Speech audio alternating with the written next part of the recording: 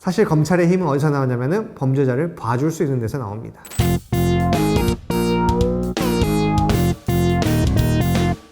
안녕하세요, 버블로입니다. 오늘 이야기할 주제는 공익의 수호자, 검찰입니다. 여러분은 검찰 하면은 어떤 이미지가 떠오르세요? 수사를 해가지고 나쁜 사람을 잡아넣는 역할을 하는 생각하시는 분들도 있을 거고, 어떤 분들은 이제 정치적인 목적으로 움직인다 라고 생각하시는 분들도 있을 거고, 검찰 검사 하면은 가지고 있는 이미지가 공격하는 사람이라고 이미지를 갖고 계신 것 같아요. 검찰의 주된 업무가 범죄 수사를 하는 거고, 재판에 공소를 제기해서 죄 지은 사람들을 처벌받게 하는 역할이 가장 메인 업무인 거는 맞아요. 근데 검찰은 기본적으로는 행정부 소속의 공무원입니다. 법무부의 지위를 받으면서 행정부에 소속돼 있어요. 그래서 대통령 밑에 소속돼 있는 거고, 기본적인 역할은 공익의 수호자예요. 공익의 대리인. 그래서 국가의 공익을 대신해서 수사도 하고 처벌도 하고 기소도 제기하고 이런 게 있는데, 다만 수사를 제기하는 것뿐 아니라 정말 많은 역할들을 하고 있어요. 범죄 수사하고 증거 수집하는 거는 우리가 익히 알고 있는 거고, 공소 제기, 처벌을 해주세요 라고 법원에 기소를 하는 걸 공소 제기라고 하고, 그리고 그 공소 제기된 재판을 유지하는 거, 재판을 진행하는 거를 공소 유지라고 합니다. 이런 역할들도 부대 업무로 하고 있죠. 그리고 수사 지휘권이 있었는데 지금은 수사 협력 관계가 돼가지고, 이 수사 지휘권이 뭐냐면은 경찰의 수사를 지휘하는 거예요. 그래서 검사가 경찰을 지휘했습니다. 상명하복으로 검사가 이렇게 하세요 라고 하면은 경찰은 거기에 따라야만 됐었어요. 그래서 법적으로 검찰 밑에 경찰이 있었죠. 근데 지금은 이제 수사권 조정되고 막 법이 바뀌어가지고, 이 법은 정말 예전에 바뀌긴 했는데, 경찰과 검찰이 이제는 이런 상하 관계가 아니라 협력 관계로 바뀌었어요. 근데 그래도 실질적으로 수사 지휘를 하고 있기는 합니다. 어느 정도는 그런 권한이 있는 거고, 그 다음에 이제 잘들 모르시는 검찰의 역할은 형의 집행이에요. 형의 집행이 뭐냐? 공수제기 해가지고 판사가 때렸습니다. 벌금 500만 원. 내가 벌금을 안 내. 얘 재산에다가 이 벌금 가지고 압류해가지고 경매 넘겨서 벌금 받아오고, 이거 형의 집행하는 거예요. 검사가 하고요. 그리고 징역 1년. 그래서 감옥에 가라 라고 했어요. 그럼 이제 감옥에 넣고 감옥에서 잘 하고 있는지 감시하고 감독하고, 이것도 검찰이 하는 역할이고요. 그리고 얘가 징역 1년에 집행유예 2년 이렇게 받았어요. 집행유예를 받을 때는 항상 교육을 받고 보호관찰도 받아야 되고 신고해야 되는 게 있거든요. 근데 얘가 잘 안 해. 잘 도망다녀. 사회봉사 안 하고. 그럼 집행유예 취소를 해야 돼요. 그것도 검찰이 합니다. 그래서 법원에다가 얘 이걸 잘 안 하고 있어요. 집행유예 취소해야 됩니다. 감옥에 넣어야 됩니다. 라고 집행유예 취소 신청하는 것도 검찰이 하고, 이런 걸 이제 형의 집행이라고 해요. 아니면은 얘가 구속이 됐는데 구속이 법원에서 취소됐어. 아니면 보석이 돼가지고 나와야 돼. 석방해줘야 돼. 라고 할 때도 검사가 석방 지휘를 합니다. 이것도 다 형의 집행이거든요. 그런 역할들을 하고 있어요. 그리고 여러분들 잘 모르시는 것 중에 하나가, 검찰이 뭐도 하냐면은 민사소송이랑 가사소송도 합니다. 그래서 공익의 대리인이라는 역할이 있는 거예요. 어떤 민사소송, 어떤 가사소송을 하냐면은 주로 이제 가족법적인 소송이 많은데, 누가 실종됐어요. 누가 어디 가서 실종이 됐는데 찾을 수가 없어. 실종 선고를 법원에서 해줘야 되거든요. 근데 유족 입장에서, 가족들 입장에서 얘가 실종 선고하고 싶은데 실종 선고를 누구 상대로 하느냐? 실종 선고의 상대방은 검사예요. 그래서 그 지방의 검찰청을 상대로 해서 이 사람 내가 가족인데요, 이 사람 실종됐어요. 실종 선고 해주세요 라고 하는 거예요. 그리고 친생 부인에서와 인지청구에서, 애가 있는데 얘가 내 애가 아닌 것 같아요. 아니면 내가 이 사람 자식이 아닙니다 라는 소송을 해야 될 때도 있잖아요. 근데 원래는 원칙적으로 상대방한테 해야 돼요. 가족관계 등록부에 내가 엄마 아빠로 되어 있는 사람한테 나는 당신 자식이 아닙니다, 당신은 내 엄마 아빠가 아니에요 라고 원칙적으로는 이 엄마 아빠 상대를 해야 되는데, 엄마 아빠가 이미 다 돌아가셨네? 근데 나는 이 가족관계 등록부를 빼고 싶어요 라고 하면은 검사를 상대로 소송을 제기합니다. 자기가 살고 있는 지역의 검찰청을 상대로 검찰청 검사장 해가지고 소송을 제기해서, 나는 법률적으로 너한테 소송을 제기하지만은 난 이 사람의 애가 아니다, 유전자 검사한 거 봐라, 이렇게 해서 소송이 진행이 되고 판결이 나옵니다. 그래서 공익의 지위에서 대리인이 되는 경우도 상당히 많이 있어요. 인지청구는 얘가 내 애다 라고 할 수도 있는 거고, 아니면 엄마나 자식이 이 사람이 내 아빠예요 라고 할 수도 있는 거예요. 출생신고가 아빠가 등록이 안 됐을 때, 아니면 내가 알고 있는 아빠랑 실제 아빠가 다르다든지, 근데 이 아빠를 상대로 해야 되는데 아빠가 죽었어, 이미 죽었어. 그러면 검사 상대로 인지청구해서 해가지고 내가 이 사람의 자식입니다, 이 사람이 내 아빠입니다 라는 소송을 할 수 있습니다. 그리고 검사가 직권으로 넘길 때도 있어요. 파양 청구.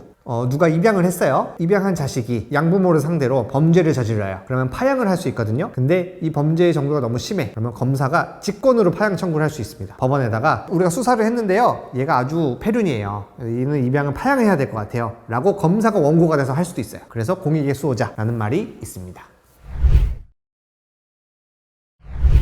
그리고 검사가 하는 역할 중에 또 중요한 게 변사체 검시도 검사가 합니다. 지역에서 길거리에서 시신이 발견되잖아요. 병원에서 돌아가신 거 말고 변사체가 발견이 됐다 그러면은 검사가 그 시신을 부검할지 말지에 대해서 결정을 해야 됩니다. 부검을 한다면은 그 부검에다가 사인도 해야 되고요. 변사체가 들어오면 밤에 들어오면 당직 검사가 이제 그걸 신청을 받아가지고 필요하면 가서 봐야 돼요. 시체도 검사가. 이 시체를 부검할지 말지 결정하는 건 1차적으로 검사가 권한을 갖고 있거든요. 법적으로. 뭐 누가 봐도 이게 타살 흔적이 없다, 확실하다라고 하면은 가보지 않는 경우도 있지만 사인은 해야 돼요. 그래서 변사체 같은 것도 관리를 검사가 한다. 이것도 검사의 중요한 역할입니다. 공익의 수호자로서 시신이 발견됐을 때 어떻게 처리할지, 이거를 부검을 해서 수사를 한번 확대해 볼지, 아니면 이거는 좀 확실하니까 그냥 이대로 장례를 치룰지 결정하는 것도 검사가 1차적으로 결정을 합니다.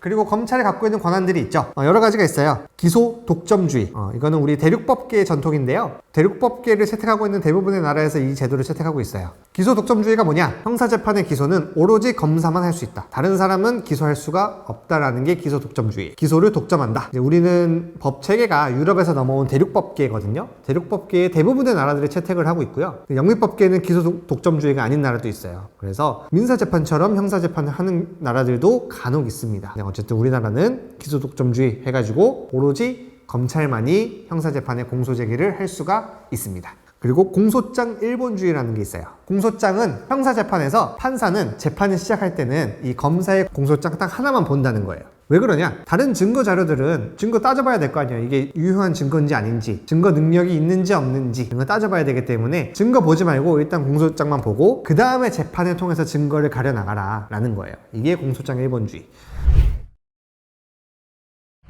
그리고 검사 동일체라는 원칙이 있어요. 법원은 독립체입니다. 그래서 1심 법원이 한 거를 2심에서 다르게 판단할 수도 있고요. 2심 법원이 한 거를 대법원이 다르게 판단할 수도 있어요. 판사는 자기 양심에 따라서 판결을 하거든요. 근데 검사는 동일체입니다. 사람은 다르지만 검사는 검찰이라는 하나의 조직이에요. 하나의 사람입니다. 이게 도대체 무슨 말이냐? 법으로는 폐지가 돼 있어요. 그래서 검사는 상명하복을 해야 되는 게 법 규정이 있었어요. 폐지는 됐는데 사실 지금도 현실적으로는 어느 정도는 인정되고 있고, 검사 동일체가 가장 극단적으로 드러나는 게 뭐냐면은 재판이 길어져요. 그럼 판사가 만약에 바뀌어, 인사이동을 통해서 판사가 바뀌어요. 그러면은 판사가 바뀌었으므로 변론을 갱신합니다 라고 이런 갱신 절차를 거쳐야 돼요. 기록을 다시 본다거나 아니면 약식으로라도 갱신합니다 라고 해서 판사가 바뀌었으면 알려줘야 됩니다. 근데 검사가 바뀌면은 검사는 동일체이기 때문에 검사가 재판하다가 인사이동으로 바뀌었다? 아무런 절차도 없어요. 그냥 하는 겁니다. 계속. 검사는 한 명이거든. 동일하거든요. 다. 이게 검사 동일체 원칙이다. 그리고 기소 편의주의라는 게 있습니다.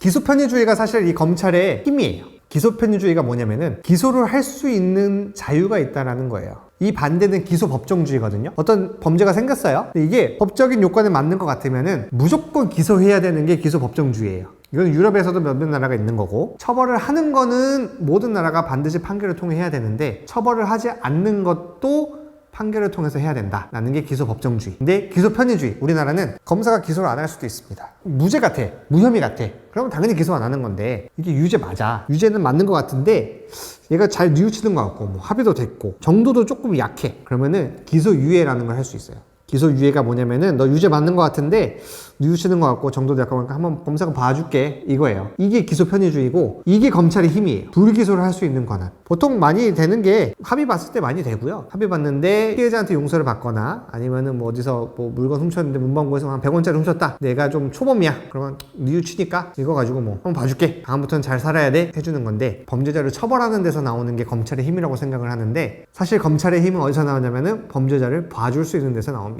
경미한 사건은 당연히 봐줄 수도 있죠. 근데 문제는 검찰의 힘은 보다 중대한 사건도 봐줄 수 있다라는 게 검찰의 힘이에요. 검찰이 기소 안 하면 법원에서는 판단할 수 없으니까요. 그래서 이 수사권 조정이 있을 때 우리 검경 수사권 조정이 있었잖아요. 검찰이 제일 반발이 심했던 게 이 검경 수사권 조정에서 뭐 경찰이 수사를 뭐 할 수 있다 뭐 이런 것도 있지만은 검찰이 제일 기분 나빠했던 게 이거였어요. 경찰에서 수사 종결할 수 있는 거. 경찰에서 수사를 무혐의면 무혐의다 라고 종결할 수 있는 권한을 주는 게 가장 검찰이 기분 나빠했던 걸로 제가 알고 있어요. 왜냐면 이게 힘이거든요. 이게 힘이라서 그래요. 권력을 제대로 가진다고 기분 나쁜 거지. 근데 어쨌든 지금은 경찰의 수사 종결권이 있는데 경찰은 무혐의에 대해서만, 무죄 같은 거에 대해서만 수사 종결권을 갖고 있고요. 유죄 같은데 경찰이 봐줄 수는 없어요. 유죄 같은데 봐줄 수 있는 건 오로지 검찰. 그리고 뭐 법원은 당연히 할 수 있는 거고, 선고유예라는 게 있는 거고.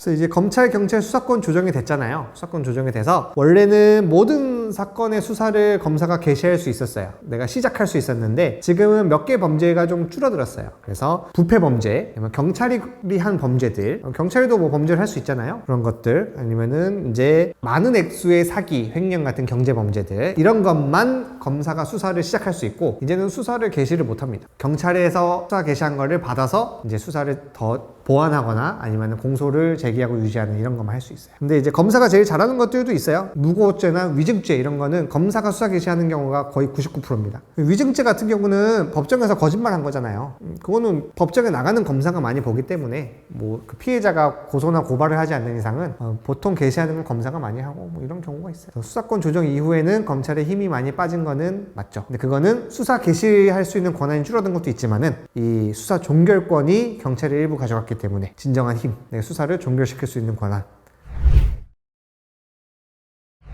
그럼 검찰의 직급 체계는 어떻게 됐냐? 이건 저도 좀 신기했는데, 저도 이제 지인들하고 얘기를 나누면서 제일 신기하던 게 이거더라고요. 검찰은 제일 낮은 직급이 평검사예요. 평검사, 그냥 일반 검사라고 하고, 그 다음이 부부장검사, 그 다음이 부장검사, 그 다음이 차장검사, 검사장, 검찰총장 이렇게 돼 있거든요. 근데 일반 회사 다니시는 분들은 부장이 차장보다 높아요. 근데 검찰은 차장이 부장보다 높습니다. 요거를 좀 많이 신기하시더라고요. 어쨌든 검사의 체계는 그렇게 돼 있고, 이게 어떻게 작동되냐면은 경찰에서 수사를 하고 뭐 고소가 들어오건 해서 사건들이 배당이 될 때 검찰청에서 각 부서로 배당을 합니다. 이 부장검사가 이 사건을 담당할 자기 소속 평검사들에게 배당을 해줘요. 그리고 이제 평검사 입장에서는, 저도 이제 검사 친구들이 있으니까 얘기 들으면은, 그러니까 형량이 작은 사건, 뭐 약식 기소 벌금을 하거나 할 때는 얼마까지는 뭐 부장검사 결재까지만으로도 가능하고, 어떤 거는 좀 심한 거, 뭐 공판을 넘겨야 된다, 징역을 보내야 된다, 이런 건들은 차장검사까지 결재가 돼야 되고, 또 뭐 사회적인 이슈가 커, 관심도가 커, 막 뉴스에도 나오고 그랬어. 그러면은 이제 검사장까지, 인천지방검찰청장 막 이런 사람들까지 결재를 받아야 되고, 이런 게 있대요. 이것 중에 재밌었던 거는 사건이 너무 많아. 너무 많으면은 일단 분류를 어떻게 해야 되면은 내가 부장까지만 결재할 수 있는 거, 이거부터 먼저 빨리 하고, 막 그런 경우도 있다 그래요.